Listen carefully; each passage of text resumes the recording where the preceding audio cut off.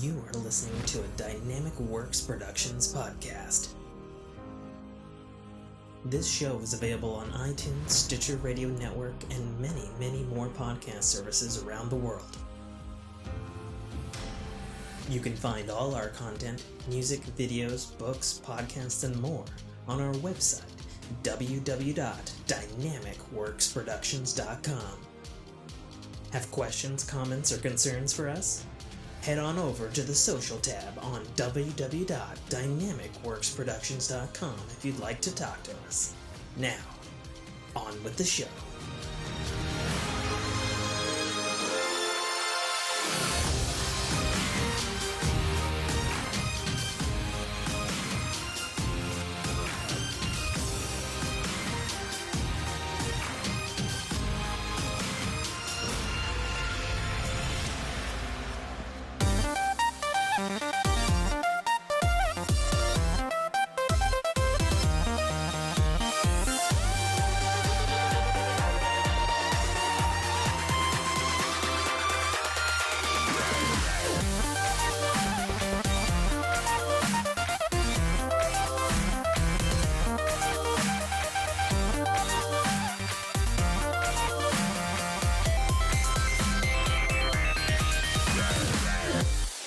What's going on, everybody? Welcome back to another episode of the Fork in Your Ear podcast.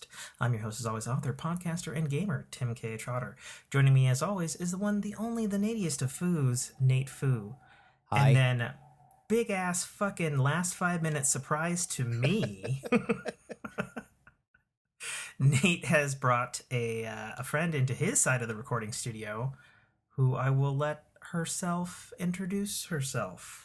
Yeah, you can dox yourself as much as you want. We call her Manchma around here. Yes, hello. Manchma? Yes. I'm not gonna remember that. It's a old play on my OG Xbox gamer tag and a random work login that was too close to comfort and had to be fixed. But hello, I go by Mello. That's the more recent iteration. Hello, I am Mello. That would definitely confuse me because that was my wife's last name prior to marriage. Mello? Was Mello? Yes. Oh, that's awkward. That was completely unexpected. But yeah, I now go by Mello. I am Nate's friend. Okay. Pleasure to meet everybody. Fair enough. Cool. It's been a long time, and we haven't gotten to hang out. And the wives said we're getting together and scheduling something, and it happened to be tonight. And I was like, oh, it's a pod night, and we weren't done hanging out, so she came home with me. Yeah. Also, belated birthday. That's okay. Belated Fair birthday enough. present. 40. No. Oh, okay. Well, Yes. Yeah. More old fuckers. I mean, I'm not that far behind. Oh, I know, but you're still I've younger only than got my another wife. I'm 4 just years to go on that one. So since you know nothing, and Nate did absolutely none of his co-hosting duties, this is the Fork in Your Ear podcast. We are rolling now. Things that are said will be recorded. The only two rules that we have on the show is we don't talk about politics or religion because it's just a bad time for anyone involved. Agreed. And then, as he did explain before we hit rolling, we spin a ring over here that has 4 quadrants on it, and then we go to the topics of technology, life stories, entertainment news, gaming news, and technology news. And so we're going to do that now while it appears Nate is fishing for something in his crotch. No, I have a cat. There's a cat. Can confirm. The cat. Can confirm there's a cat. No, he knows about the cat. This cat has made plenty of a podcast. Can I have a cat? Yes, have the cat, please. Well, and I guess before I spin the ring for our Fork family listeners, a bit of housekeeping notes. We are recording this long time after the last podcast we recorded that hasn't been edited yet or posted as of this recording due to my life going to shit, Nate's life going to shit, and then my computer decided to go to shit.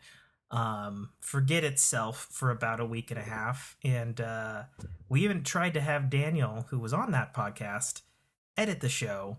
And then that what still became what became it's 90% edited, and then he shows me the file and I was like, this is like the first 15 minutes, man. And he's like, well, fuck. So it just hasn't been done as of this recording. So it may, if this podcast happens before and then there's a post-dated one, you'll know why. Also, while we're doing a little housekeeping, about a month ago now, because that's how long it's been, I actually managed to make it up to my father's place, and I met up with one of our other community members, and they gave us a nice little shout out on their podcast, the Blueberry Lounge. So thank you, Native Raider. I appreciate that. I told you to come listen to the podcast, and then we promptly stopped podcasting. So hopefully that, like, you're still going through the backlog. Fair enough. So I guess getting down to brass tacks and getting back on the saddle again, here's the ring spin. Zing. Hey, that's actually sounded good, other than the little clack. It was a very good. What mic are you using, by the way? I need to know. We're on the same dusty thing as the last time we recorded. We're back on the Yeti X. Okay. With a designed driver. Nice. That I had to. What'd we land on? Out of mothballs. We landed on water. Water. So entertainment for the last month and it's been a long time since we've talked about entertainment. So where do you? I don't even remember. Let's see. We did the Forky Awards last time. So I don't even know how far back we need to scroll in the Discord. I think your Blade Runner delay might be the most recent thing. I know you posted something about the Madam Web trailer. I don't know, or Madam Web theme. I mean, the movie is coming. Yeah. Oh yeah, it's blatant plagiarism. But it's all within the same family, which makes it like, well, is it plagiarism? Right. Is it? But it is. It's pretty shameless. Like, it's not even funny. Yeah. Like it's the same fucking theme. It's crazy. So yeah, I don't know. Why don't we instead of getting into the news, why don't we just kick it off? It's been a long time since we've had a cast. At least for us. Well, so the upside is, in that long hiatus, a lot of things are now coming out of the vault for their 2024 season debuts. So I'm back on the grind. And I caught up on stuff too. Right. I've caught up. Like my Rookie is back, and I'm enjoying my Rookie. Halo is back. I have opinions on Halo. And I'm actually kind of glad we took time off, because had I given you my original take on Halo, not now being caught up 4 episodes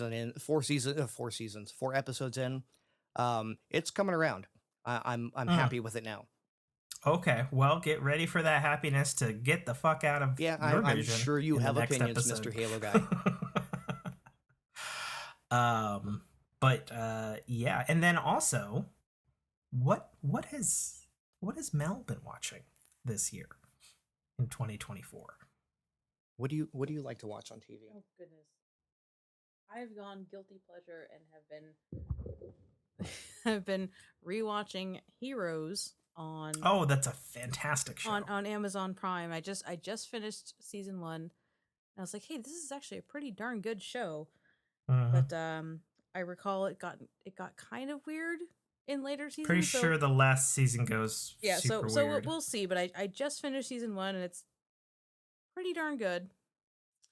So yeah, I've been watching Heroes, and then movie. Yeah, that's about it. Did you know Heroes had a revival at some point for 1 season? No, I didn't. I would encourage you to check that out if it's on whatever it is you're watching it on as well. It's called Heroes Reborn. Heroes, okay, and I'll check it out. It's like cognizant of the fact that the show was like a decade before. Okay. And it's actually pretty good, but it was meant to relaunch the series, but it didn't land necessarily. So it goes. So I encourage you to check that out if you're a Heroes fan. Yeah, I will look into it after I finish the 4 seasons of Heroes. Yeah, there you go. Awesome. Good show. See, I bring good people on. You're like, fair enough. What is she watching? Real Housewives of something or other? Hey, you know what? That was a I mean, if you want to like terrific delve into the answer. Into the anime side of things. Yeah, go for it. Things to talk about. Oh dear. I wasn't expecting that to actually take. See, Nate doesn't do any of that stuff. But okay, so I've recently started watching Apothecary's Diaries. Oh my goodness, it is amazing. It's super good. It ticks all the boxes.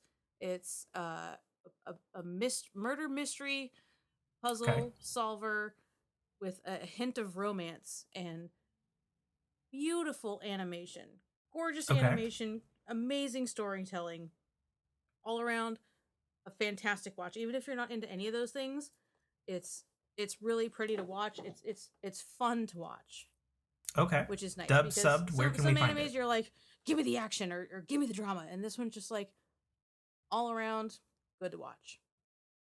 And where can we find this show? This is on Crunchyroll. Solid?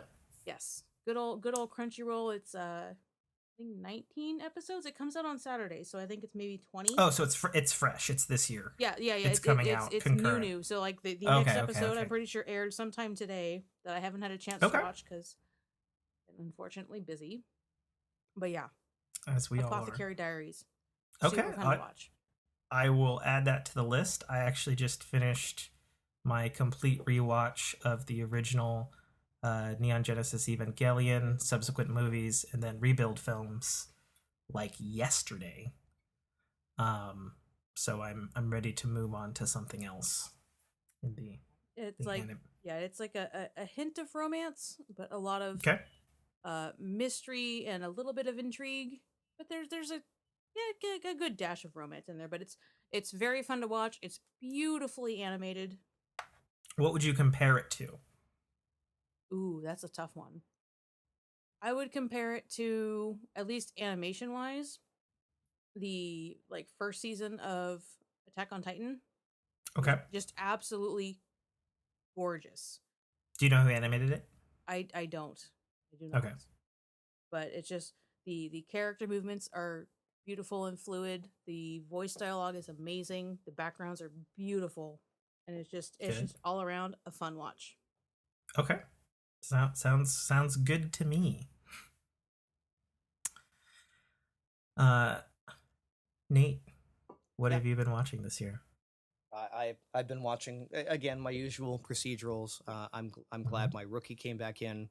I've been watching my Halo. What was it I just watched recently? God damn.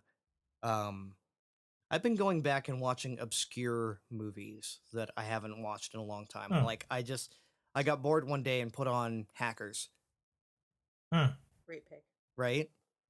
Okay. So I'm just kind of going through the back catalog and just rewatching a bunch of stuff, waiting for the February March drops. So my wife had me watch 2 films, one I'd never seen and one that I had hated as a kid, but then never really saw the film. So she had me watch Disney's Hunchback of Notre Dame. Okay. Which I had hated as a kid because I'd always seen snippets of it, and I was like, oh, who's this dumb fucking Quasimodo and his singing fucking gargoyles. This is a fucking dumb movie. Watching it as an adult, it hits way different. That movie is dark as fuck. Holy crap. And I ended up actually liking it a fair amount, much to my wife's surprise, since she had to have me watch it kicking and screaming and arguing all the way into fine, we'll fucking watch it. Right. Kind of thing. And as far as old Disney animation, that's one of the few that a lot of stuff pre-gen doesn't hold up well. It holds up okay. Yeah, I think it holds up really well, especially in the animation department. The acting is great. Music's pretty good. I wouldn't call it like the best Disney musical ever. But it's really just shockingly grimdark. Yes. Like it's just really, really violent. Disney. Well, again, that's the era so of much murder and Bambi's parents die in the first 5 minutes. Holy worry. Yeah. In that film, it's crazy. I would love to say that's the last bastion of Disney being dark and violent, but I mean Frozen, they kill off the parents. Like, I mean, I guess that's dark. I don't really consider Frozen as when you realize dark. they die in a tragic shipwreck. I mean, the last instance that I like just off the top of my head recall as being like genuinely dark was the opening 15 minutes of Up, where the wife dies, and it's like that's fuck. A heartbreaker right there. Yep, instant heartbreaker. I mean, Mufasa getting trampled by a stampede like, you don't in front of his son. Yeah. Like Yeah. Disney can do dark. Sure. Yeah, but at least Up hit it in the first 15 minutes. Like, you're gonna cry? Here's a tissue. Go. Right. Yeah, exactly. First 15 minutes. Oh, heart. Exactly. She also had me watch a movie called Date Night with Steve Carell and Tina Fey. Okay, so it's an SNL cast movie. Yeah, pretty much. And it was just not good. I mean, it was just it had a crazy good cast, like super everybody likable, everybody's been in good things, but it was just like a movie that was trying way too hard to be funny. Sure. And I maybe chuckled once, and I find that a lot with SNL movies. You got to be an SNL fan and a fan of Steve Carell, Tina Fey. I got to a point where I started getting burnt out on Will Ferrell and Jim Carrey movies because it was just kind of the same. Even Adam Sandler, I was just like, I'm done watching the same character with a different name on it. Sure. So, yeah, absolutely. Yeah, I can imagine anything with Steve Carell, Tina Fey might fall into that same trap. Yeah, I guess it is really one of those things, much like I've told you this before, much like Will Ferrell movies. Like Will Ferrell has 3 speeds for me in movies. It's a dramatic movie and he's great in it. Okay, cool. This is not funny, or this is hilarious. Right. Like those are the only three pivots that it goes into. And I don't know, maybe Steve Carell's that way. I don't know. I haven't watched a ton of Steve Carell movies, so I couldn't necessarily say. But me and the wife, and I think I told you this, me and the wife finally got caught back up on Loki season 2.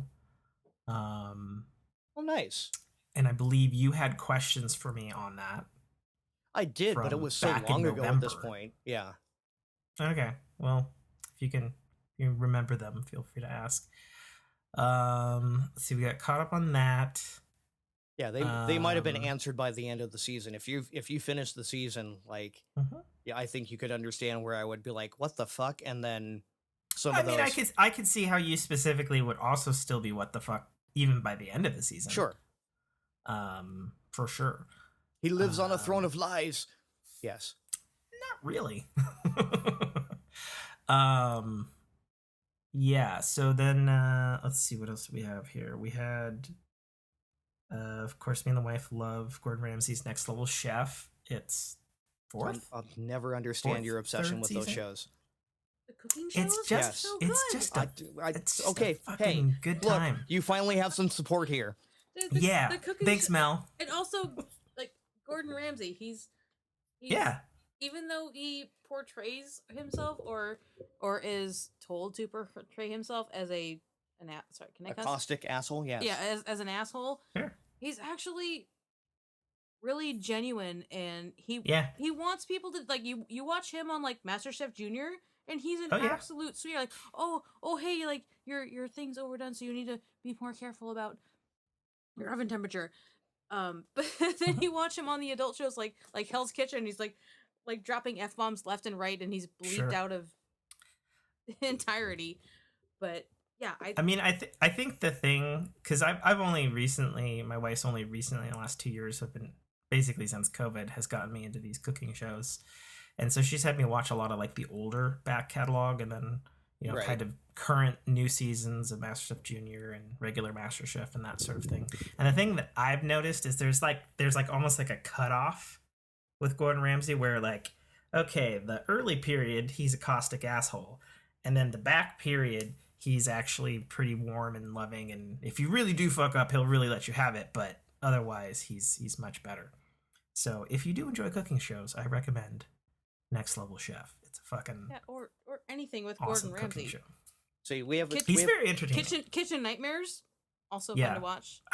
I've watched an episode. Yeah, this morning. MasterChef, super fun. Anything Hell's Kitchen, great to watch. But it's really cool when you see him do his like tutorial skits. Oh yeah, where he's like, I'm going to show you how to break down a lobster, and they're like, what the hell, like, ew, lobster. But then he's just like so methodical and precise. Yeah, and he does it in like 5 minutes too. You can see he really wants everyone to succeed. He's not out there to like to pick on people and be like, you suck, get out. That's not what he's there to do. And it's really like heartwarming to see. It's played up for the competition show. Yeah, but it is. And it's nice to see someone like so, you know, up and premiere in like the cooking world. He cares for his craft. Yeah, to not stoop down, but to go to that level of that beginner level and teach these people like, here's how you dice an onion. Here's how you take apart a crab. Here's how you butcher a chicken. And he's so passionate about what he does, and it's so cool for him to be willing to share that with, you know, the everyday person. What I find funny is like I'll pick on Tim, and we have a long running almost a meme at this point where I tell Tim, you're allowed to be wrong. Where I'll pick on him for liking something like, you know, the Gordon Ramsay when he's yelling at people, but then I'll watch Bar Rescue on repeat, which is basically the same thing. No. Well, no, as far as a host being caustic to his, you know, audience. But when you catch that moment of Gordon Ramsay being honestly instructing someone, like, here's how you do this thing, and like the honesty that just pours off him, it's just, you don't see that in a lot of, you know, he's competition cooking shows. He's mastered the craft. He's earned the stripes. And he wants to share his knowledge and help people be better. And that's why I like him. Yeah, it's good stuff. Look, 2-1. You win this one. Yeah, I know. I win. Do I cheers you're welcome. You're welcome anytime. Digital clink. You were like, oh yeah, oh shit. I didn't know who to cheers. Yeah, I'm getting shit on this episode. Just so you know. Sorry, Nate. Yeah, so me and the wife have been watching Next Level Chef, which has been a little extra exciting because there's been putting some stuff on YouTube. And if you haven't watched Next Level Chef, have you seen Next Level Chef, Mel? Oh yeah, I've seen a few episodes. Like the premise is actually really intriguing. Yeah, it's super cool. Yeah, I didn't actually get like, you know, sucked into the series, but it's definitely like a binge. Like, I'm gonna watch 2 episodes of this, and like, okay, then like a month later I'm gonna watch some more. But it's definitely intriguing. Yeah, this season's been interesting because after every episode they've been having, because it's a competition show between Gordon Ramsay and the 2 other chefs, and so in between the episodes on YouTube, you know, whatever meal they cooked, one of the professional chefs is like, okay, I'm going to do it now, but I'm going to do it in like 10 or 15 minutes compared to the 30 or 45 we gave the contestants to show you how it's really done. And that's been really cool because it's like, man, those guys, very fast, and, you know, learning how to cook those things is nice. So we've been doing that. And then, of course, I've been watching Halo Season 2 on Paramount Plus, which, are you caught up, Nate? Yep. Cool. So what is Xing? What do I haven't been watching. Do I need to leave for spoilers? Do you care if you're spoiled? Not really, but I do have to. Okay, go use the bathroom. I will pause for spoilers. Okay. So we have until she returns from the bathroom. Cool. So I'm just going to get this out of the way. What the fuck? Why is it always 3 steps forward and then 2 steps back and now 3 steps sideways? Mm-hmm. So why did we have Fall of Reach in one whole episode? Why did they take the suits away? Why did they kill Vanek, who's actually a good new character? Why the fuck did we kill Keys before Halo? But no, we have not seen the body, so we do not confirm that Keys has been killed. Okay. I understand that, right. But still. Also, like, we know Vanek's dead. We watched him burn, right? Why in the fuck does the Covenant know about Cortana now? That's, like, why? And then just they know, when or do they have, but they don't understand? Makee has Cortana. Oh, no, I know. Like, she has, but does she understand what Cortana is? And by the way, the recast, no. I'm fucking pissed. That's a whole nother... Hey, at least it's still the same voice. Yes. They were trying to handle a complaint from the first season because it was a CGI character. Yeah. And they're like, oh, it looks fake because it's a fucking AI character. Right. You idiots. No, keep Jen Taylor. I'm sorry. I'm pissed at that one. Yeah. But... And then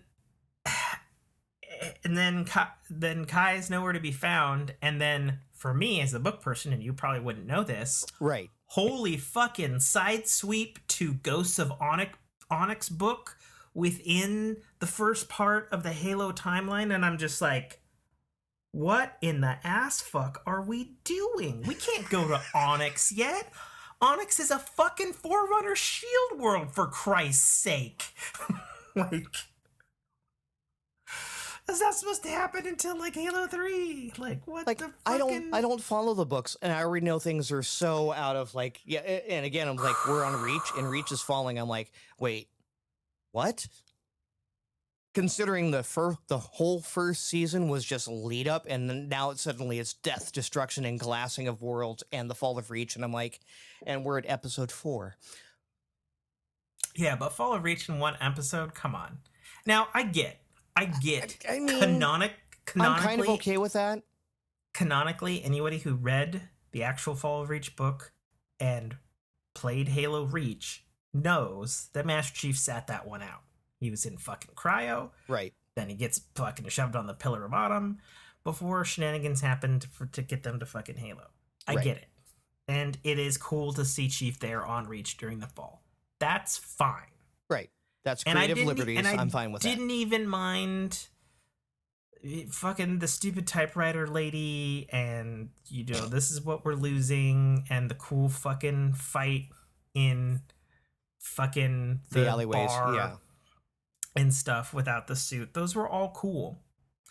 But when I have to discover in the Halo after show that the fucking elite that Chief's been fighting and Makee says stop is the goddamn Arbiter.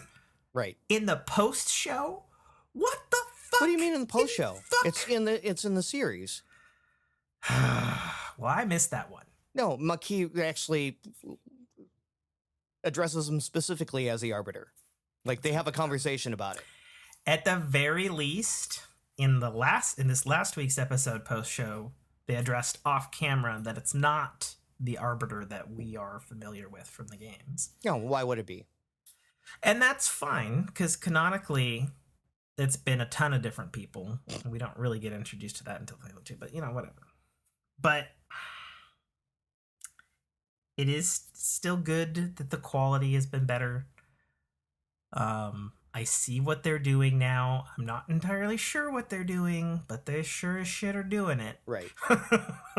I'm going to chalk this up as another one. It's like, oh, we have an IP, but we're going to take liberties with it and still be entertaining.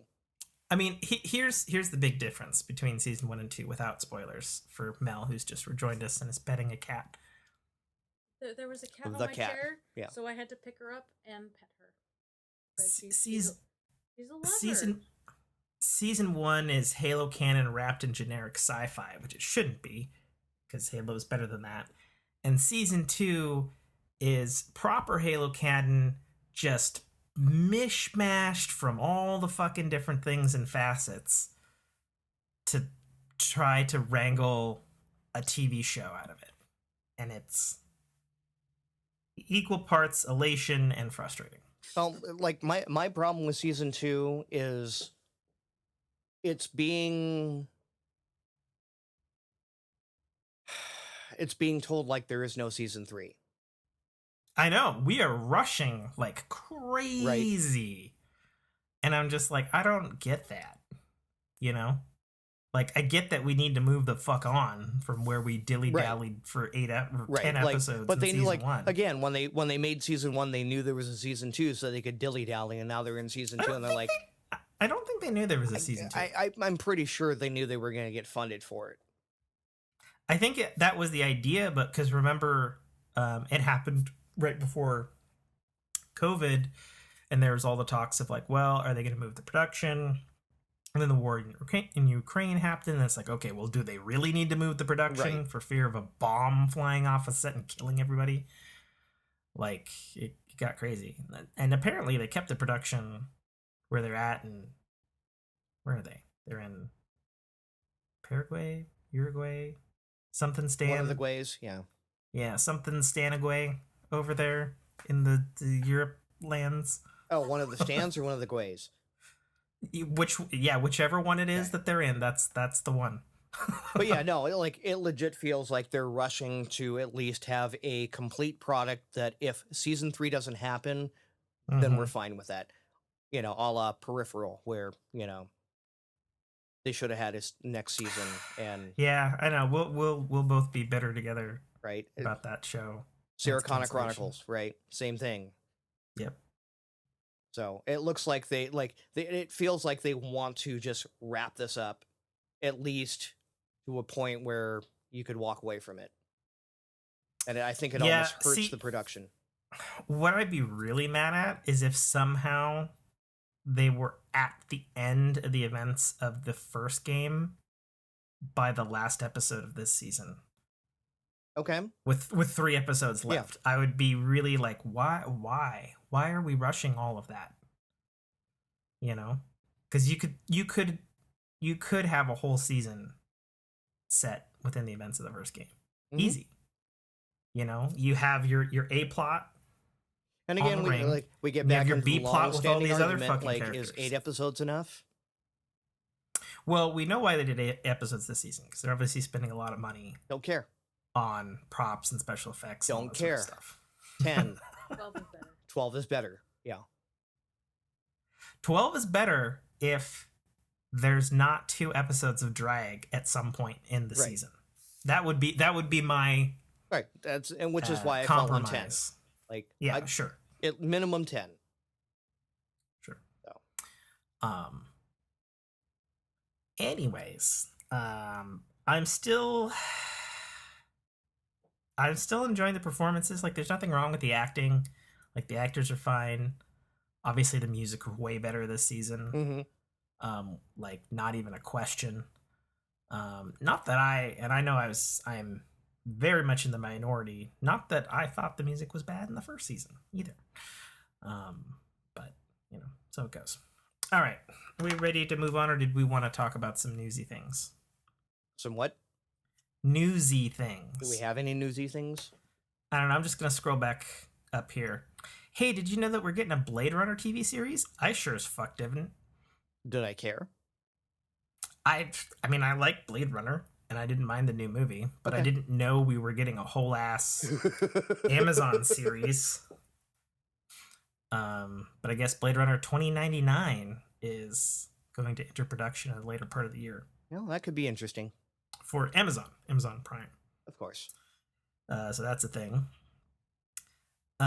You probably don't care about this, but there was a trailer that just about broke the fandom on the internet for Marvel Animation's X-Men 97. No, I care about that a little bit, but which is a continuation of the 90s cartoon. with just, it's such an interesting thing because, like, I don't think it's really been done before. There's been something that's like almost 30 years old, and it's like, hey, what if we just brought it back? Right. With the surviving cast members, surviving writers, surviving production staff. And we had an anime art house do the art, but do it completely in the style of the 90s, complete with jank and all. So, yeah, it's interesting. I don't know. I watched the trailer. I was blown away by the trailer like most fans. And there's definitely a lot of hype and trepidation going into it. It premieres at the end of this month, so it's really soon. Sure. Well, and again, it's like I forget that we've been off for a while. Like, I think we've passed over between our last episode and this one, and not even including the one that was unedited. Like, we had the whole Super Bowl, and we had all the commercials, and we had the we had there's the Deadpool 3 Deadpool trailer, Wolverine trailer. Yep, that was good stuff. So, did you enjoy that trailer, Nate? I did enjoy the trailer. Good. I think it is just going to be a silly good time. Yeah, I think it's, you know, like, I mean, I guess here's the trepidation that everybody's at right now, especially because we're getting. Well, here's my take. Like, I think the entire Deadpool 3 is going to be you're living outside the fourth wall, and sometime there's a movie that happens. And also Ryan Reynolds. Well, maybe. Yeah, but because Ryan Reynolds is Deadpool. Yes, he has to be, or I will not watch. He is. You're fine. He better be. If you haven't seen the trailer, you're fine. He is yes. Deadpool. He is the embodiment. Agreed.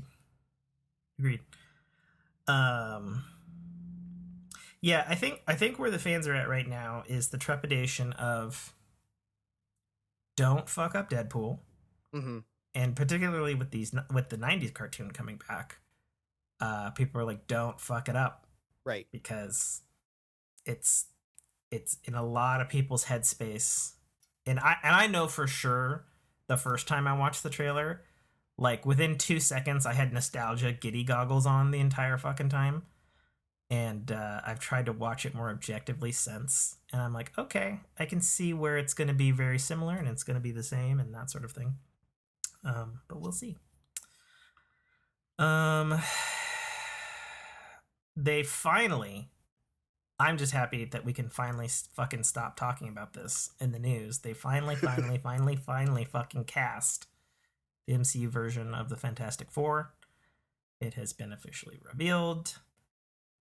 Very strangely on Valentine's Day with a poster. Very odd way to go about it, but so it goes. Pedro Pascal is Mr. Fantastic. That chick from the last Mission Impossible is Sue Storm. The guitar dude from the last season of Stranger Things is Johnny Storm, and the really annoyingly asshole brother from Hulu's The Bear is going to be Ben Grimm. That's the cast. Choices. And then what, interestingly, everybody's pointed out, and this is what a lot of people suspected, the poster shows a very 60s setting for everything. So the rumor is that it will be set in the 60s.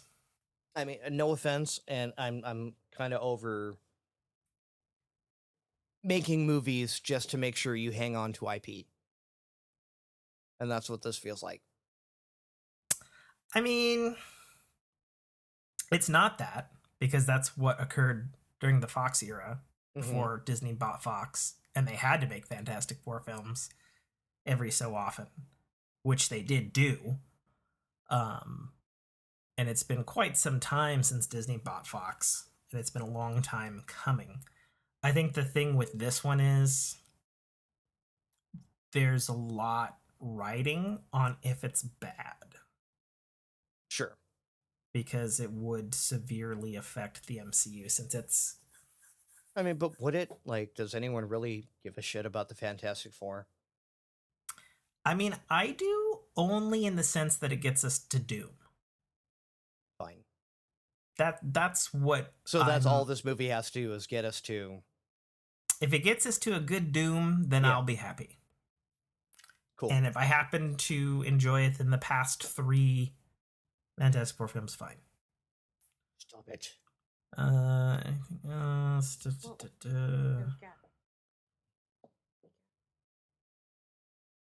All right, spin the ring. Oh, we did miss Carl Weathers dying. Oh yeah, which sucks because he is fantastic. Yeah, he spans a lot of careers and a lot of franchises. From Predator to Rocky to everyone. Our younger audience only knows him from Mandalorian. Yeah, probably. Yeah, he's been around for a while. Indeed. And then maybe folks didn't know this, but it was kind of up in the air. But Jim Carrey is confirmed to return as Dr. Robotnik in Sonic the Hedgehog 3. I know you don't care, and only I care. It's fine. It's fine, Nate. It's fucking fine. Okay. I'll hold on to the next tidbit for the next podcast just to annoy you. Cool. All right, let's spin the ring. Yeah, so we're 40 in. Yeah, well. All right. Life stories. There was no ring to that ring at all. Well, I have people drag racing outside of my house right now, so I couldn't hear the fucking ring spinning. I do not. What would land on? Good. Life stories. Oh, boy. Yeah, what can we... We should just toss it to Mel. Oh, no, don't put me in the spotlight. Yeah, share with us. What would you like to hear of life stories? A life story. I don't know any, so go for it. I can't tell the life of Mel. That's more than like a 15-minute segment. Well, we do 40 minutes per segment. We run long. So. But you're gonna cut it. Not that much. Are we though? I need some more direction than just tell the life story of Mel, because I have a cat in my lap. Okay. How'd you meet Nate? My BFF So how about that? 25 years. Yeah. So the life story of Mel and how Mel came to be in. What do you mean how I came to be on the podcast? Okay. Jesus. Well, she was born. Don't jump the gun. I assume. Yeah, I did jump the gun. No, she wasn't born. She was squeezed from bar rag like I was. Squeezed from a bar rag. Yes. I don't think you've even referred to yourself as that before, Nate, but okay. I met Mel when she was like, I want to say 15. Yeah. And she was working behind the counter of my local pool hall. Yes, the local pool hall. Yeah. Okay. Not yours, the. Well, no, mine. Okay. Mine. Yeah, so I worked there for a few years. Well, I was a handful. Some change. I don't even know. It was a good job. It was easy. I could do my homework sitting at the desk between talking people in on pool tables and delivering balls. And delivering balls. I don't think that's how I met you. I mean, it might have been. I don't think it was. There's still wine. I know. Thank you. Cat ass. And I know. But she's adorable. Don't step on. She's gonna push a button. Hold on. Don't. Is that one? Stop recording. No, don't stop recording. Cat. No, I wanted to push the button. Can you just yeet that cat out of there, please? That one. There you go. Yeah, so I've known Nate for a long time. He's been my BFF for many moons. Okay, so met at a pool hall, but what was it about this character that you were like, yes, this is best friend material? I mean, we were both adorable. Just saying. I was gonna say it just kind of established itself over time. Because at first I was like, oh yay, customer, okay, handled it. Customer, yep, got it.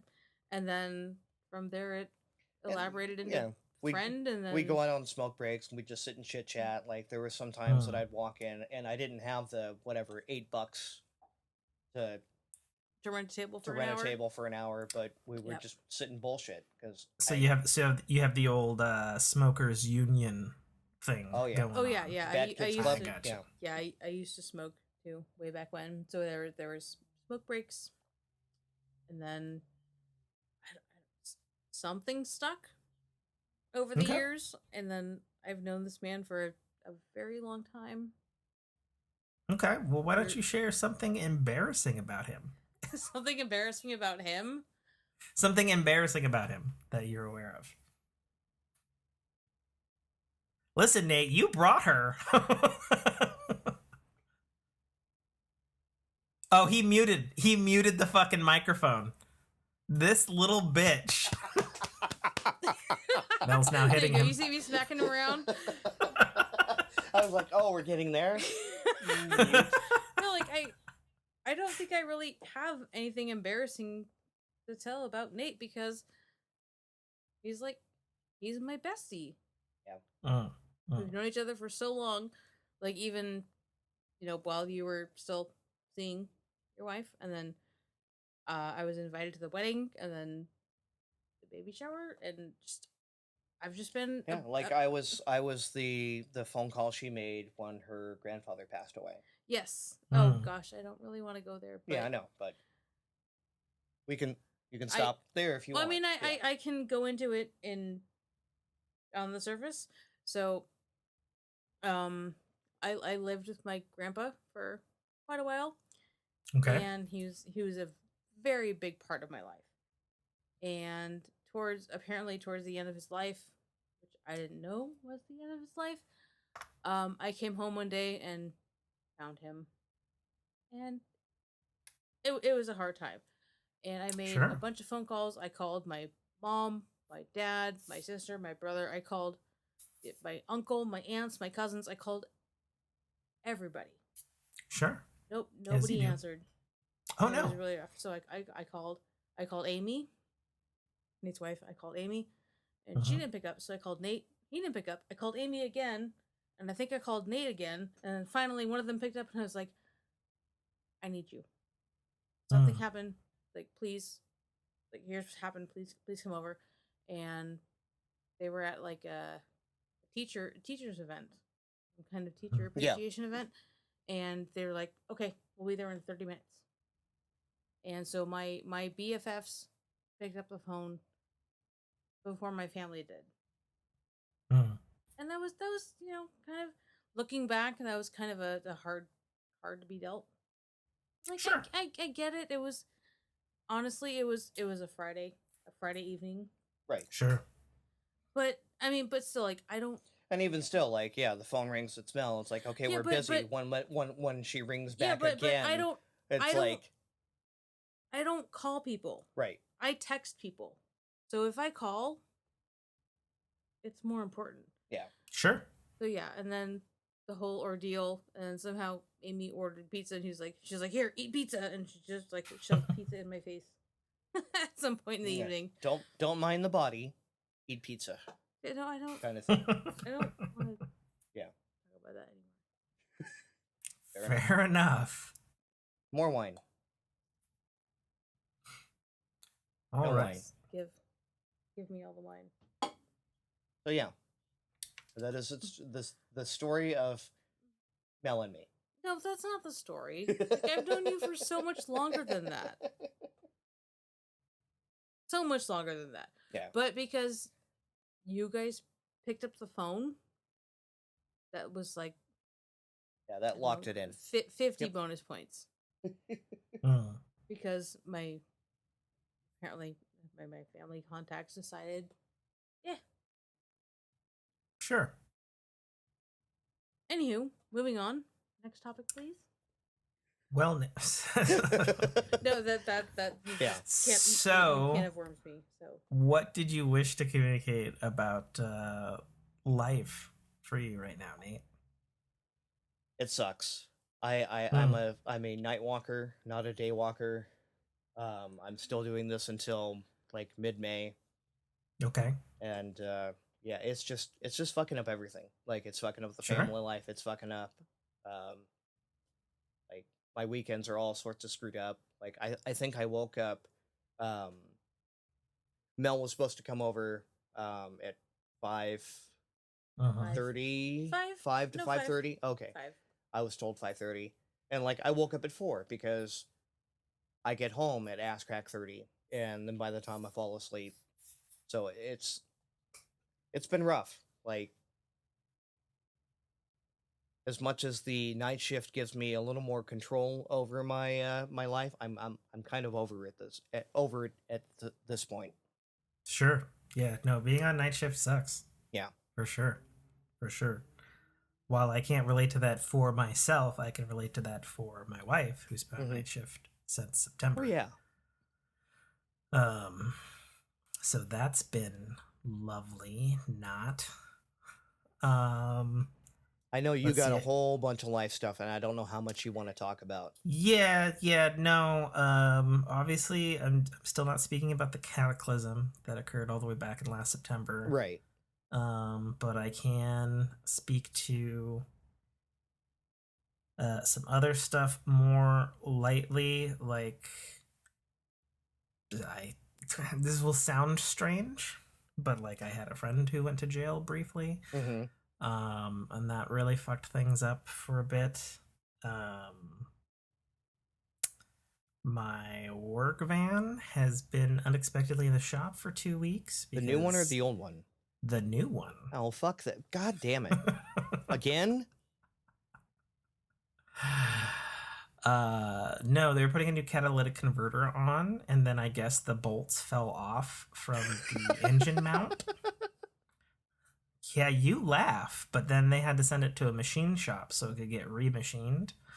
Oh my god. That and sounds I'm like, excessive. Fuck. For something that's what, less than 3 years old at this point? Is it 2017? So. Oh, okay. So less than 5? Yeah, but still, yeah. Yeah. It should not do that at its ripe young age. You know, I'd understand if it's a 20-year-old vehicle, but nah. Right. Or if you hammered the fuck out of it, but you don't. I don't think so. But, you know, we'd make long trips. So that's been going on. And, oh, yeah, my favorite one, the part where clients don't pay. Right. And so I'm unpaid in a minute, and I'm getting really anxious about it. Especially as tax season's coming up. Right. Or at least personals. We handle the business taxes, but the personal taxes will be a whole other shenanigan. Let's see. So there's been that. Did we talk about my dad and getting heart surgery? On Again? pod? I don't think so. Oh, well, my dad went and had heart surgery again. So we got all 3 heart valves replaced. Oh, and then that's he's big, fine dude. now, which is good. But then this was real interesting information to me, being the spawn of said father. They were like, hey, by the way, you should probably get an ultrasound to check your heart valves too, because dad's had 2 heart valves and they grew fused together. And then apparently it's a very genetic thing on the Trotter side of the family. And didn't you already have a palpitation issue? And I'm like, cool, great, fantastic, lovely. Thanks for the fucking knowledge, fucking 36 years later. Fuck. Yeah, on that same note, like, I got a random text from my dad. It's like, oh, by the way, I haven't messaged in a while. Just want to let you know I'm okay. I'm recovering from having 2 stents put in. God, that's so fucking vague. Like, sorry. Jesus. I'm going in. I recovered from, like, sure. And considering that at this point I've been given the illustrious honor of being the executor of the estate. Oh. Yeah. Yeah, I know. Oh, no. Yeah, you know. I've been there. Yep. I hope everything's in order, and it's just like. And it is. It is. Okay. But as you know. But that's still not an easy fucking seat to bear. Yeah. I just want to point out, dear listeners who can't see this because we don't put out the video and we're an audio podcast, Melanie has moved to massaging Nate's back for some reason. Hey, you know what? This man has been my bestie of like 25 years. 25 years. I've got that. That's a long time. Nate and I'm not complaining, just so you know. I'm sure. You're not helping. Ouch. Yeah, hit him some more. I'm getting my back rubbed. See, I get some pleasure out of that compared to the back rub. Like, if you keep smacking him around, that's a good time. He's like, God damn it, Tim. Our relationship has gone on for so long and is so special that it doesn't matter. Yep. Fair enough. Fair enough. And I know that's kind of vague, but it doesn't matter. I can't explain it. Yeah. We've been through totally so fine. much. A lot of hell. I've had hardships. Nate's had hardships. Nate's wife has had hardships. There's been hardships all around, and we've all been there for each other. So, and you've had wine. I mean, a smidge, but that doesn't discount our friendship. I understand. Let's spin the ring. What's that? Nope, I already did that one. Let's do it again. Nope, that's the same one 3 times in a row. That's amazing. We need air or earth? That's air. Video games. Video games. So I officially announced my retirement from Exominer. Good. I hit level 500, and at this point, That's with the too bonuses high. and everything, it's now just tedium. Like, I'm literally opening up the first base and leveling it up to 100. Like, I had to find Fair quicker enough. ways to click it to 100. Mm. So I think I'm officially announcing my retirement from Exominer. But Good. in its place, I've actually found a couple of games this week. Oh, Because I'm on night shift to kind of replace it, and they are they're made by and hold on, let me Your tablet phone? let me open my tablet phone and bring up the nope, you don't need to hear that. That's the music from it. And yet we did. You know what, fucker? App details in store. From a producer called Black Games, black.co. Okay. They are math riddles and spatial riddles. Wow, I couldn't be less interested in every word you just said. Was this the game you showed me earlier? Yeah. I love the math riddles. Yeah. They're so awesome. I've also been playing, and I was shocked that this was as entertaining as it was. The Netflix game, Rainbow Six Small. Oh God! So I downloaded it, but I didn't have the heart to click play. I play regular Rainbow Six on the regular. No, play it. It is just dumb, stupid fun. See, what pissed off the entire Rainbow Six community about this was like, they're like, so let me get this straight. In the 8 years that Rainbow Six Siege has been around, we've had no less than 3 mobile games for Rainbow Six that have all come and left because they were terrible. And yet their portable or mobile version or something that the fans of the series actually fucking give a shit about is just, it's always like a month away. I feel like it's always been a month away for about 4 years now. Sure. So when Rainbow Six Small came out and it's like done and completed and it's like, are you fucking kidding me? What are you guys doing over there? But it's just dumb. Like, it's just a dumb, fun game. Okay. Fair enough. What type of game is it, Nate? Tell our dear listeners. It is a isometric, I don't know, kind of a puzzler shooter. It takes zero effort, like it auto aims, and you're just brute forcing your way through levels, and rescuing things. And I don't know, it's just like I can pick it up, I can play it, I can put it back down, and I like that. And then you earn your currencies, you unlock things, gets you to again, just dumb fun. Fair and enough. I like dumb fun these days. I know you like dumb fun. Huh? I know you like dumb fun. It's a good thing to do. So,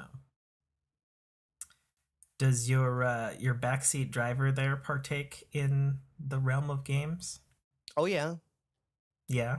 Oh yeah. What games do you partake in there? Really, backseat driver? Backseat driver, really? I feel like you just proved my point with that statement. I'm not the backseat driver by no point. Yeah, my cohort in the office here. Occasional cohort. Tell them about the math puzzle game that you had me partake in this evening. So normally I'm a big fan of puzzlers. So like connect the lines. It's just anything puzzly. Like big fan of Sudokus. Love them. And then so tonight, haven't seen Mr. Nate in a while. So he shows me this math puzzle game. Riddles, yeah. Yeah, math riddles game. Look it up. Okay. Fantastic find. And he showed me where he was stuck on level 31. And I was like, I don't know what this is. I can't figure it out. And so he's like, okay, we'll go back to level 1. And so we go through level 1 through pretty much 30, 1 through 31 to where you were stuck. And I was like, oh, it's this. I figured it out through all the levels. And it was awesome. But yeah, puzzle games, love them. She's also our survivalist. She is a avid, well, up until the most recent update, Ark fan. Oh. Maybe. Yeah. Oh, you said that so. I know it got good later, but it just. Well, no, because like I was a very big Ark Survival Ascended player. Okay. So it was very fun. I dig the survival aspect and grinding out all your materials to make your base and to survive. Sure. And then so they were like, okay, we're killing Ark Survival Ascended and we're gonna make Ark Survival. Oh, sorry, Ark Survival Evolved. We're gonna kill it and make Ark Survival Ascended, which didn't really do anything. There were a tiny smidge of quality of life upgrades, which were an engine upgrade. Completely different one, I might add. Well, yeah, that was kind of nice, but also so. But you figured that would fix things. No, it doesn't fix things. So I play on console. I play on Xbox S. Okay. That's my line. And it seems to be optimized for PC and or Xbox X. So when I play, I have to log in and turn off like 5 things. I have to turn off like fog and clouds and grass. Oh God, sorry. That's a cat. So I have to turn off like, maybe half of the game engine to make it run properly on console. So yeah, it's rough being an Ark survivalist and trying to play on the new console version. Because like it's more of the same. The rates are the same. They're really low. It's rough. And yeah, it turned out to be not a lot of fun. About 5-6 weeks in. And we were both just OG Destiny players. I think I actually got you into Destiny. You got me into Destiny in like before it was a thing. Right. And even that's just kind of like at this point we're all out. Sorry. Yeah, everybody's out. Well, I mean, like Ark and Destiny are 2 different things. Right. True. But even then, the way Destiny has done its thing, where it's like, yeah, we're gonna, portray these things, and this is gonna be the next season. It's become more of the same, and again, and copy, paste, repeat, right? And it's boring, and it's hard. It's hard to play again. It's what I like to call Destiny chores. Like, yeah. So it's like I'm gonna log in and do my weekly bounties, but why? Why am I doing my weekly bounties? And then there's what we introduced you to today. Then there's Helldivers. I am also playing Helldivers. I know you are. And unfortunately, because apparently the PlayStation Network said, oh, you don't ever log in on a PlayStation, so you don't have an account anymore. I wanted to cross-link. I can't. So if you ever want to play Helldivers with me... I don't think they actually have cross-link in the game yet. It's there. Do they? Yep. Okay. I've been prompted for it. Okay. May not be reverse. Yeah. So... let's see. So since we last did our last show, I took a spell into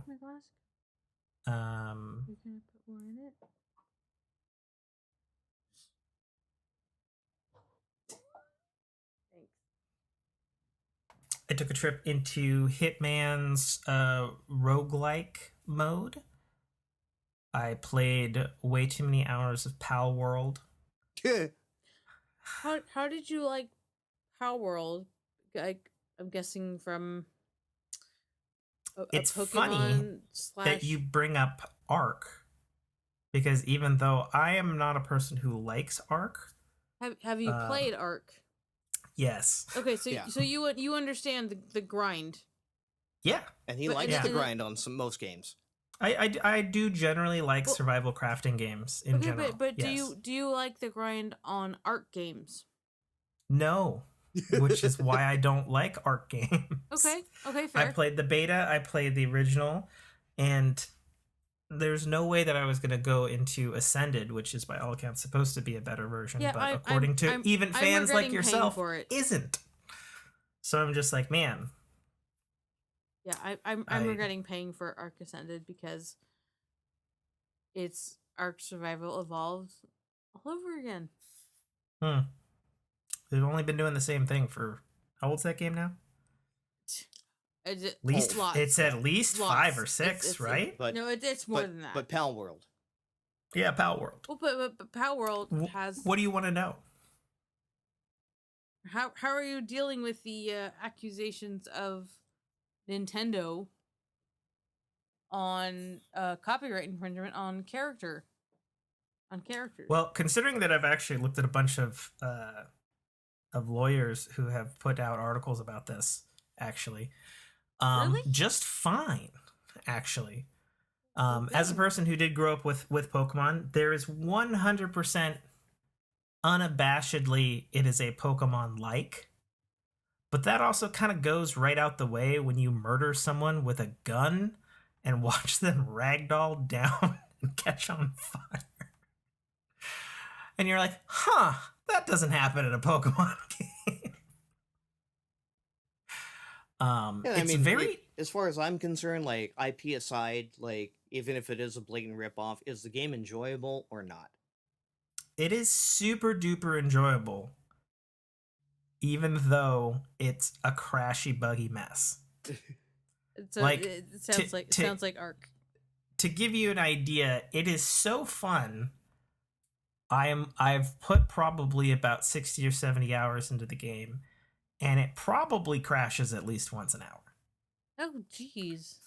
But the game is so goddamn fun.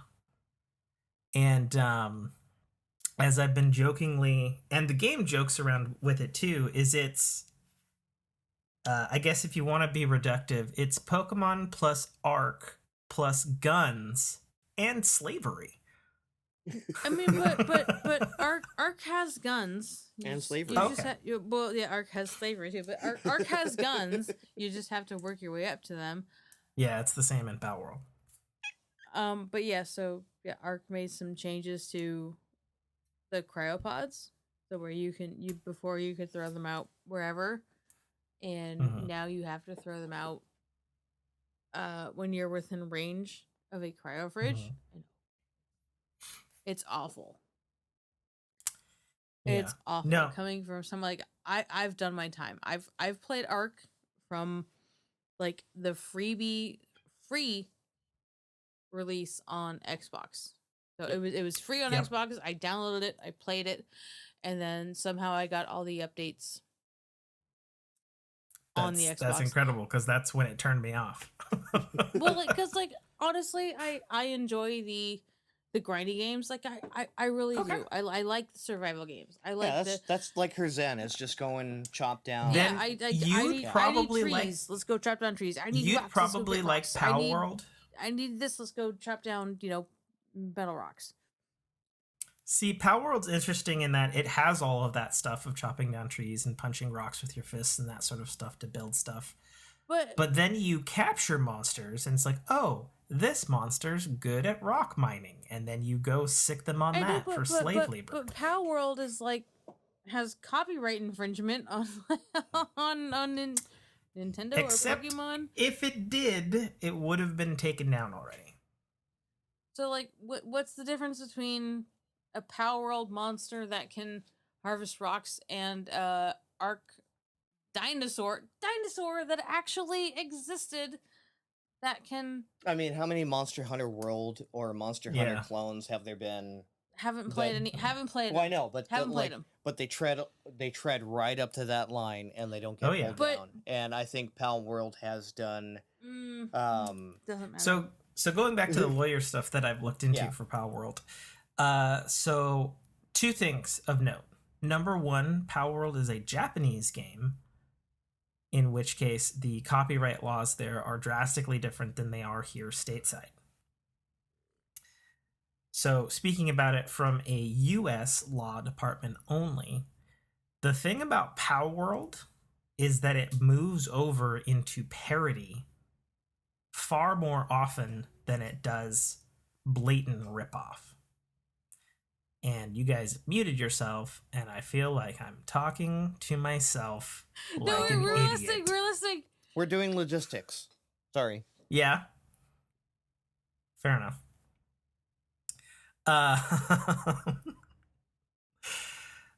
So, because the thing with Power World is Power World was out for a whole weekend, and on PC people modded it with Pokemon stuff in it, and within 24 hours, and within 28 and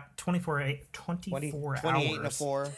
Yeah, 28 and a 4 hours, and score years ago. Yeah. 483. Nintendo had already strucken that down, and the dude who'd put it up is in jail. But here we are months later, and the game still exists. Now, the CEO of Power World issued a statement actually the day of the game coming out, stating that their lawyers had looked over the game with a fine-tooth comb and assured them that in their home country of Japan, there was nothing they would get sued on before they hit launch on the game. Okay. And given the fact that it's already been out a few months, and given how quickly Nintendo strikes things down, if you fucking bat an eye, they're like friggin' Disney. Got snipers hidden in the bushes. I don't think Power World's going anywhere. Well, it's one of those... Sorry. Trying not to block Mel's face. It just is. I mean, it's just one of those, you open a can of worms if you're Pokemon and you're suing over animalistic characters. So, and then here's another thing. So, in the stuff that I watch, specifically Hoglaw on YouTube, I like Hoglaw. who's well known for this stuff, he pointed out that there was a case back in the 90s about somebody trying to copyright jumping in a video game, and then it was ruled that you cannot copyright game design. Sure. And it's funny because if you were to hold up Pokemon and Power World, yes, they have monsters. Yes, there's a character. Yes, you capture them in balls. Sure. But Power World is a real-time survival action RPG versus Pokemon as a turn-based RPG.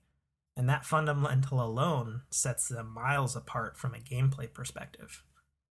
Because Pokemon doesn't have you concerned with, oh, my creature's depressed. Should I make Right. A mind-wiping antidote on him. Right. They've expanded upon. Yeah. She has a question. I want to raise my hand. So she's raised her hand. So yeah. Who cares if your character is depressed? Because yes, Ark has. Oh, Palworld does. No. Oh yeah. Ark. No. I'm not. I'm championing for Ark here. So yes, Palworld may have like that system where you can my character's tired, let's put him in a pod and put him away. But what about Ark where their tiredness doesn't matter? So as soon as you're ready to throw them out, like bam, here's my dragon. There's dinosaurs. You know what other game used to care about if your character was depressed? Tamagotchi. Yeah, that's true. I'm miles beyond Tamagotchi right now. and please don't disrupt my train of thought because I'm trying to sound coherent. What's your podcast? Please cut that out. So, I forgot what I was saying.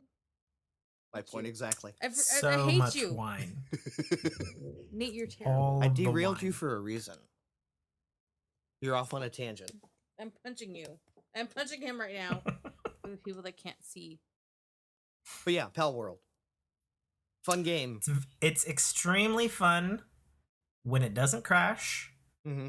When you don't fall through the fucking game world. And when the AI decides to continue to work. Right. Yeah. IP issues aside, it's super fun. It's a game. It is indeed a game. And the thing that's really weird about it, even it being in early access like it is, yeah, it's filled with bugs, which I would argue are on the level of like a Bethesda what's filled with game bugs? Helldivers? Yes. Yeah, okay, fine. Just take the segue. I'll just shut up now. And again, if anything was going to be rife with IP issues like Helldivers and Starship Troopers and Terminator, and ODST, right? Look at their fucking suits. Yeah, it's the same thing. They just have a cape. But the cape, it's transformative. Is it? I've become a hunter. But again, and this is actually the same thing as Palworld. At least Helldivers purposely from the get-go positions itself as a parody. Right. Of Starship Troopers and ODST and all of the things that it's aping. So, but yes, I've played a bunch of Helldivers and I've had more fights in my game group. How many times have you orbital striked your fire team? I did it a fair bit the very first couple play sessions because I didn't know what I was doing. But I will hold this, and I will back it up by my Twitch channel. I don't rape my teammates. Some of my teammates, it got to the point where we had a fucking group fight last night, and I said, look, if we're just gonna fucking murder me for a full fucking hour and I can't play the game because I'm waiting to respawn, I'm just gonna get off. I'm too old for this shit. Fuck you guys. Yeah, apparently there is a member of the Helldivers community that legit has a bounty on him because he was known for completing the missions and getting to the extraction point and then just murking everyone in his fire team before extracting. So now I want to point out something about that. That's a dick move. However, it doesn't matter if you die or extract for completing a mission in Helldivers. As long as you complete the mission, you win. The only thing extra you get when you board is an XP bump. Right. That's it. But that matters. There's no crazy... It can. But that was his whole MO. His whole MO was I'm going to get people through and then murk them on extraction. Mm-hmm. It wasn't accidental. It was completely intentional. Whereas I hey, I'm going to call in an orbital strike. Let me back up so I can put in my code. and then chuck the grenade, and it bounces off of one of my teammates' heads and behind them. Yeah. And nobody knows. Are you playing with a controller or are you using PC? Oh, keyboard mouse. What do you use for the stratagems on PC? WASD. Oh, it's a WASD? Yeah. Okay. Just thought I'd ask. Yeah. It's D-pad on console. That's a fair question. D-pad on console. Yeah. It's D-pad on console, so there's a lot of clawing happening while you're trying to run away. Yeah. We ran her through the tutorial, and it's like, oh, so how do I do the stratagems? Yeah. And it's like, oh, okay, insert code. Nice. But yeah, Helldivers. It's so funny, Helldivers' popularity, because I played the original. Right. That's like fucking 9 years old at this point. Everybody forgot about this game because it was a little top-down twin stick shooter on the fucking PS3 way back then. And then they made like an Ultimate Edition on PS4 and PC a few years, or not a few years. Yeah, it's an interesting IP, like how it went from that to this. Well, and what's more interesting is it's the same developer, and you might not know this, Nate. It's the same game engine that doesn't exist anymore. Is a game engine made by Autodesk that got discontinued in 2018. And these developers have been working on Helldivers 2 for apparently 8 years. And they're like, well, we started in this engine. I guess, fuck it. We'll continue it. So this current iteration is built on Autodesk? Holy crap. It's built on Autodesk. It's like Hydra or Trident or Piranha or something like that. So it's a heavily modified version of that. Since obviously they ceased development on it in 2018. Right. And they carried on. But it runs well. It looks good. I don't know how well it runs on PC since I'm playing it on console, but yeah, I mean, it runs fine on PC other than when I'm actually falling to earth in the pods and the frame rate is absolutely horrible. But as soon as I land, it's fine. Yeah, I have good 60 FPS. I mean, I'm playing on PlayStation 5, but yeah, that was definitely a concern jumping into the game, and I initially was a little hesitant to get it. But then the game group that I play with was like, hey, we're all kind of bored playing the same shit every single week. Everybody's talking about this game. It's only $40. Right. Well, let's go. And what I was actually talking to Mel earlier today was like, it got so popular to the point where the servers ran out of capacity. I know. And people were bitching and complaining, like, up your capacity. And the CEO of the company said, no. Sorry. Like, we understand that this is popular and we're grateful that it is. But we're not going to overinvest. Okay. Yeah. But no, that's not what happened, though. Because they did get more servers. Well, they did, but they weren't going to overinvest. Sure. Right. Yeah, they're like, hey, we had this margin. We were way over it. If you can't get in, I'm sorry about it. And I would actually rather save your money until the servers are good. Right. And they implemented all kinds of things and then got double the servers and they're fine now. Right. So. Good on them. Like, for just coming out and just being like, no. Yeah.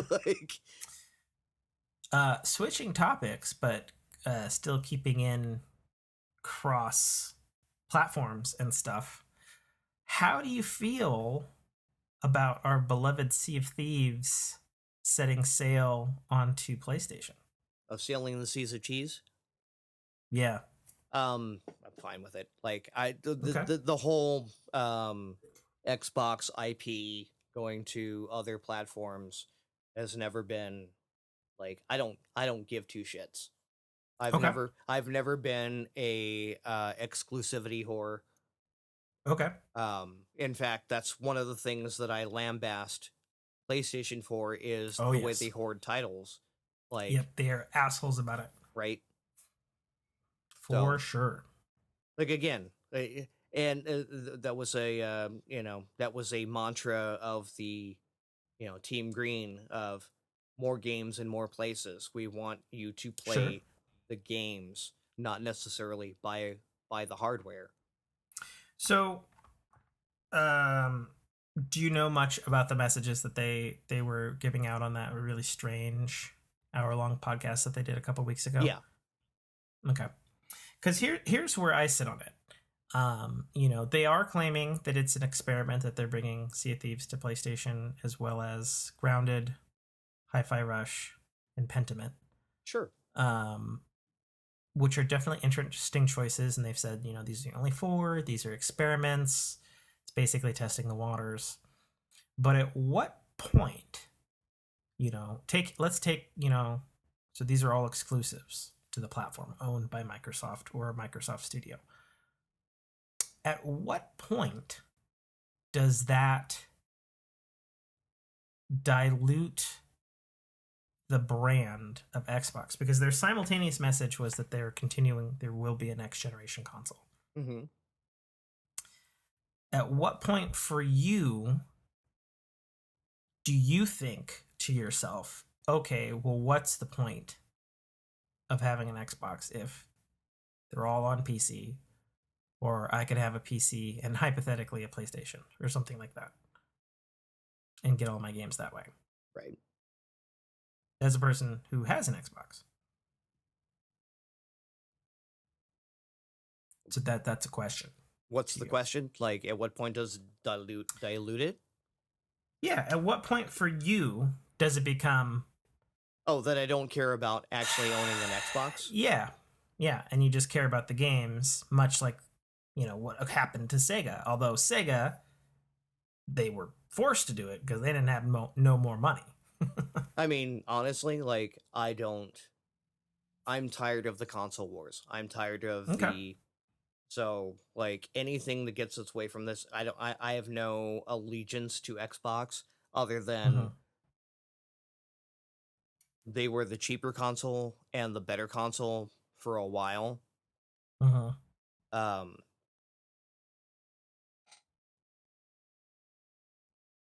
If that changes the other way around, so be it. Like, if eventually that means it's like, okay, my next console purchase is going to be a PS5 with Xbox Game Pass. Okay. Okay. Right. I have more of a problem with everything going with the subscription model. Sure. Right, and the no physical media than I do about some petty. Yeah, it's definitely a problem these days. Right. It's definitely a problem. Than some petty hardware wars between Team Blue, Team Green, and Team PC. Yeah, I mean the physical media thing has become very problematic in the last 2 years. Right, and in no small part to that point, this whole non-exclusivity where Xbox is like, whatever, our IP is going everywhere, kind of lends credence to, like, just whatever, like, we don't care about the hardware wars. We want people to pay for, and I think that, like, they want to get, Game Pass on Switch. They would love to get Game Pass on PlayStation. Sure, they would. But in that statement, they said that Game Pass is only available in the future, moving forward, on PC and Xbox. Sure. So I'll believe that when I see it. I don't buy that. Fair enough. Alrighty then. So you've been playing Helldivers. Yeah, and you've been having a good time with it. Yeah, I've had a decent time with it. Yeah. Had a decent time with it. Yeah. Died a lot. Didn't die a lot. Killed a lot. Killed a lot of my own teammates. Oof. Intentionally? Haven't actually been, no, unintentionally. I actually haven't been, like, from what I hear about people griefing in the game, I haven't seen it. I mean, I have. You've been griefed? with the people I play with. Oh, well, that's a whole nother, but... It's awful. Have you actually played in, just, like, joined other people's public? Oh, yeah. Okay. Oh, yeah. And you've been griefed? I did one tonight where I was mixed. I unintentionally blew a dude's head off with a shotgun twice. And then he like looked at me. He did like an emote. He bombed me and then dipped. Right. Okay. And I was like, fair. Yeah. I was like, I get it. I didn't mean to blow your head off. You just happened to be that way when the bug was moving, and I needed to shoot the bug. Right. There needs to be like very early on a "I'm sorry" emote. Now there is an "I'm sorry" command. Yeah, but I don't think it's very loud in comparison to everything else that's happening in the game. So, yeah. All right. I guess we should do a little technology, and then we should dip because Mel looks like she's either extremely bored or she's about to murder you. There's a lovely cat on my lap. And it's very nice. All right. All right. So technology. Yeah, some stuff's happened in technology since we last did a thing. That's not AI? No. That's not Apple Vision Pro? I mean, there's been a couple of things, but yeah, it's mostly AI and Apple Vision, and that sort of shit. Yeah. So Scrolling. Yes. Oh, right. Apple and their quantum level cryptology. Yeah, that's out of left field. But is it though? I mean, I guess not. I think the real headline on that is like, okay, cool. Hold up. Since when did they have those? Well, they don't, but they're prepared for it. They have the algorithms I don't think that's what the message said at all. Oh, okay. I think that's it. I think that's a read between the lines message. And it's a, hey, this is here now. This is coming. Next update. For reals, we're ready to implement it. And then the read between the lines is, you're fucking dumb if you don't think we have a fucking bunker somewhere and we've been working on this for a decade already. Like, I think that's the read between the lines message. Yeah, and again, it's like I look at that and I say, oh, okay, so it's for iMessage. Like, really? Mm-hmm. We're doing quantum level mechanics on iMessage. Well, quantum level security, whatever sure, that means. Okay. Like, yeah, I'd rather see you say Apple innovates quantum level security procedures for banking protocols, not iMessage. Yeah. We won't go into too many crazy things because I know you hate talking about AI. I love AI. You know I love AI. No, you don't. I accept the control of my digital overlords. Yeah. Okay. Wait till you play the automatons and Helldivers. Yeah. Ugh. Those are rough. They're just rough to fight. Right? They're Terminators. Yeah, no, it's straight up T2 Judgment Day. Mm-hmm. All the way. 100%. But no, there were some AI headlines. There's a new thing called Sora from OpenAI that is generating full videos that are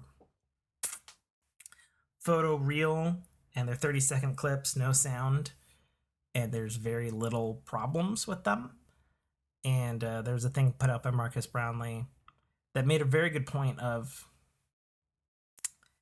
if this is as bad as it is now, which is not bad at all, it's extremely passable.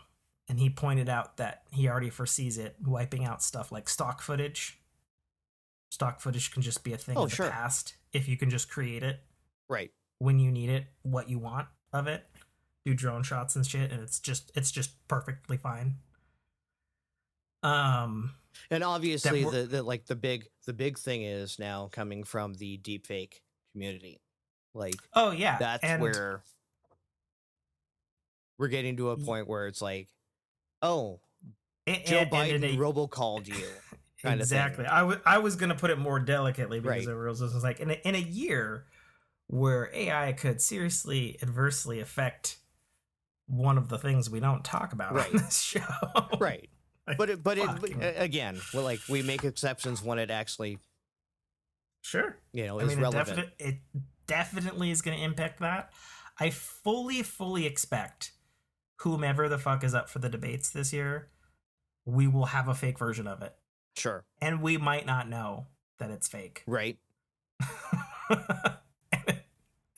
Or we'll have an argument with, it wasn't me, it was the one-armed man, right?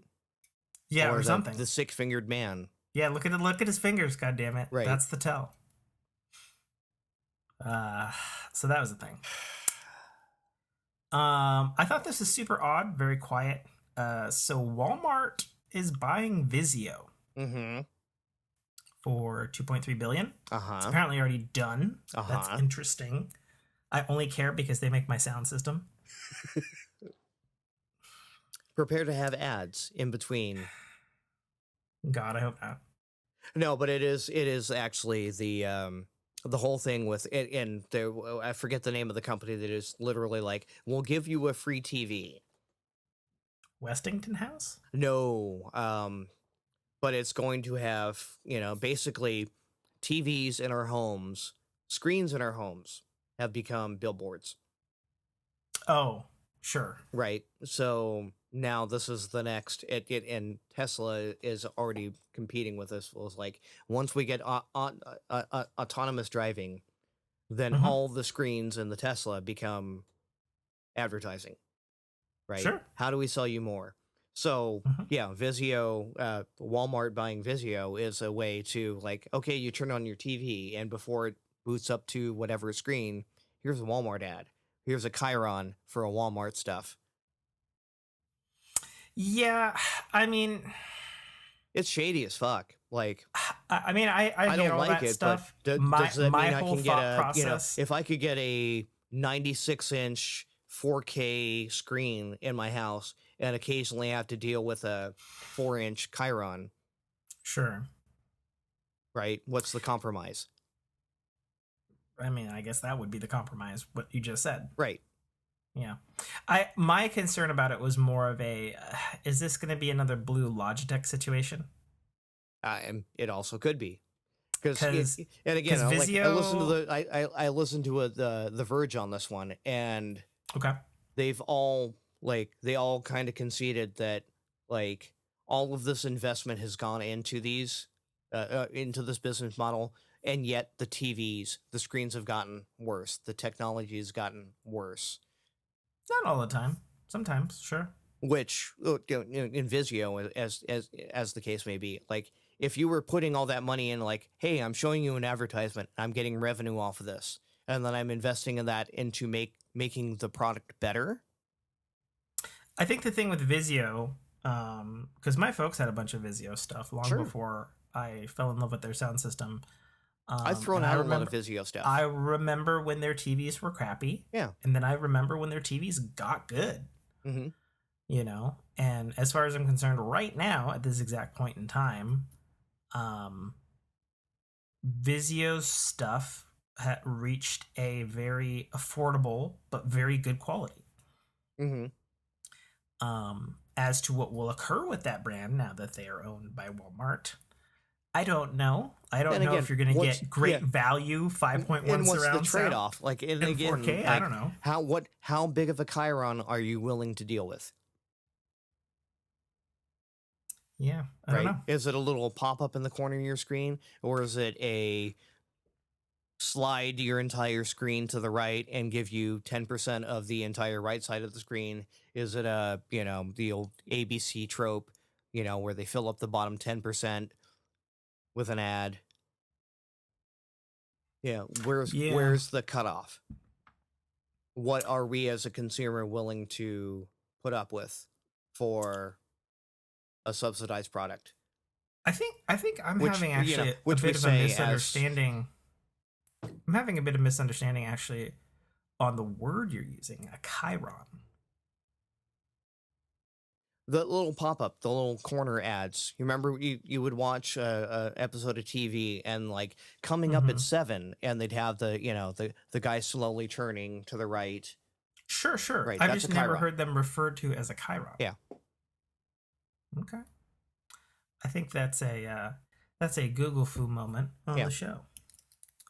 Chiron TV. It's a villain in the TV series Robotech. Okay. Chyron. I'm looking. Merriam-Webster.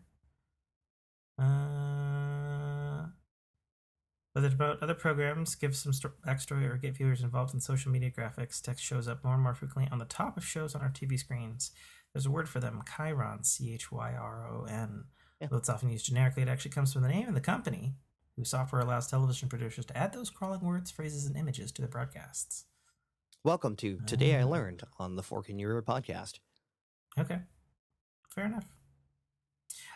You know, because I gotta be honest, the first time you said it, I did a little dictionary in the background, and all I came up with was a Greek thing because I was spelling it Chiron. I was like, okay, that's clearly not what Nate's fucking saying, and he's saying it like he really knows it. And Nate's been known to know a thing or two over the years. Ooh, me? So, yeah. So I figured I'd fucking ask before it drove me crazy. So now you know what a Chiron is. The more you know. Yeah. Exactly. Which isn't a Chiron. Yeah. Thanks. But yeah, like that. I mean, that's the whole business model with that. Like, you know, little pull-ins and pop-outs, and you know, try to get you to buy stuff. Is there a market for that? For me to get a free TV? Okay. You know, what's the limit? Yeah, fair enough. So, do you have any thoughts about the absurdity that has been released on Mankind with people driving and doing ridiculous things with their Apple Vision Pros and all this fucking shit that's been happening on the internet? I'm sorry, Darwin. It's nuts. Right. But it's also so weird because, you know, I mean, we've known what it's looked like for, you know, over a year and a half now. But now that I see like all the videos and it's just showing up randomly in videos all the time, just people using it, you know? Well, and again, like we understand that the technology is still in its infancy, but I think at this point, everything you're seeing out in public is literally a status thing. Sure. Right. Just like say, the first, I paid $4.5 grand for this shit. Right. And it's on my I'm gonna face. go skiing with it. Right. Which honestly was my favorite one because that was in I would love to see someone go skiing with the pass through and trying to react in real time. I did. It was in God, it was like the Washington Post or the New Yorker or Verge. It was one of the big tech reviews.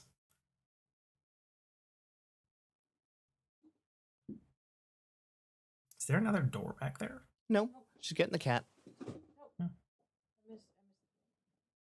You missed the door? Yeah. Oh, she was looking for the door. I was looking for the door. I'm sorry. That was hilarious. Because she went behind your green screen, and I'm like, I'm pretty sure that's his window. Definitely let her out. Try not to fall on your way out.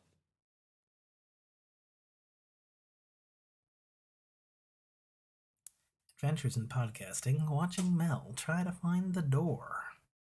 Nate's tickled pink as he chuckles internally, going, she's had so much fucking wine. Right? Fucking lightweights. Oh, man. So, I don't know. But yeah, no, the absurdity of everyone wearing their Apple Vision Pros as a status symbol, it's just like, wow. Like, okay. It's the equivalent of, you know, someone driving their Lamborghini into a telephone pole because they don't know how they're using it. And their Tesla. Right. So, I don't know. We'll see. Not really technology, but I'm only bringing it up because my wife and her family is excited. So Washington State, my old Washington State, is getting its first Hadron Collider. In-N-Out. Oh. Yeah, I don't care, but I'm gonna have to drive apparently 3 hours to go fucking to it. No, you're not. God damn it. Yes, nope, I am. No, you're not. I'm gonna have to do it. No, you don't. I really am. It's not worth it. I love my In-N-Out, but it's not worth a 3.5 hour drive. I know it's not, because I've had it. Granted, I've had it once, but, you know. And you know what? The one you get after you drive 3.5 hours is going to taste exactly the same way as the one you've had. And that is the beauty of the In-N-Out burger. So the burger will be super disappointing. Yep. The fries will be okay. And the milkshake will be pretty good. Yep. That's what it'll be. Yep. And it will always be that way. And that is, again, that's the benefit of it. It will always be that way. Every time you go to an In-N-Out, it's going to be In-N-Out. Good, bad, indifferent. I mean, fair enough. You know, like we have a, what was the thing we had? We had a Wetzels or something. Pretzels, yeah. And we had a couple other things recently migrate to this state, but yeah. So that's a thing that I'll have to make a road trip for when the thing's built. Huzzah! Sorry. I'm sorry. Yeah. I love to drive 5 miles south or 5 miles north of the Oregon with the weather state you've been border. Getting, right? 5 miles south of the Oregon state border. That's how far south I've got to go. The absolutely brutal weather we've been having lately. I know it's hitting you this week. Oh, what, the rainstorms? Yeah. Yeah, but that's nothing for us. Sure. That's old hat for us. When we get your guys' fucking heat waves and your fucking burning forest death, I mean, it's kind of becoming old hat because we've been getting it every year now for like the last 5 fucking years. All right. But, you know. Gonna wrap it up? Yeah, we should probably wrap it up. You and your unexpected guest, tell her she was lovely. You know, she's probably going to stagger through my door in a second here. And it was nice to meet her. Do you want her to sign off properly, or? I don't know that we'll have a choice. Here comes Speed Racer. She's a demon on wheels. We're about to do sign-offs. Do you have any officials that you want to promote, plug? Nope. Nothing? Nope. Nothing with the goats? Plug me too. Okay. Now, they already know where to find me, so. She has goats? I do have goats. It's a clan thing. Team Goat. Oh, okay. I'm glad you clarified, because my mind went to the other clan, and I was like, oh. No. Well, this just became a different show. Don't have pet goats, and she's not part of the clan. Yes. Okay. Well, the clan is Team Goat. Yes. Okay.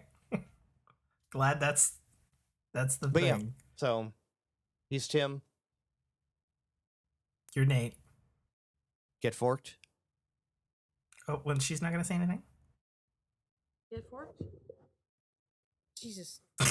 Just a beamer in the face. Like in my face. How about get forked? There you go. And we're out. Thank you for listening to a Dynamic Works production podcast. You can find our podcast at www.dynamicworksproductions.com. Feel free to email us at dynamicworks@mac.com.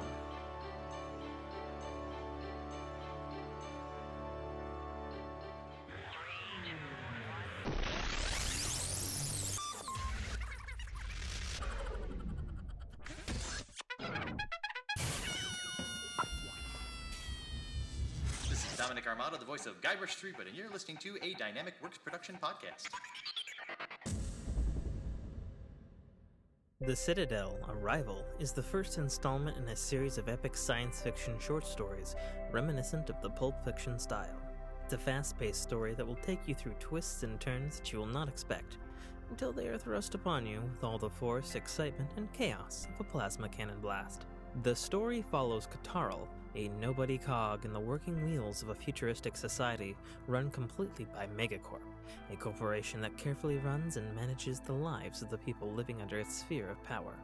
On one of Katarl's few and far between days off from work, an outing he had hoped would be fun and relaxing turns into an explosive adventure that drags him kicking and screaming into situations and challenges that will make him question every aspect of his life. Watch this colorful tapestry unfurl as Katarl and his newfound allies find their way through this classic, yet oddly surprising tale of good and evil, where nothing is quite what it appears to be. That's The Citadel, A Rival by author Tim K.A. Trotter, available right now on Amazon Kindle Store and iTunes iBookstore for only $2.99.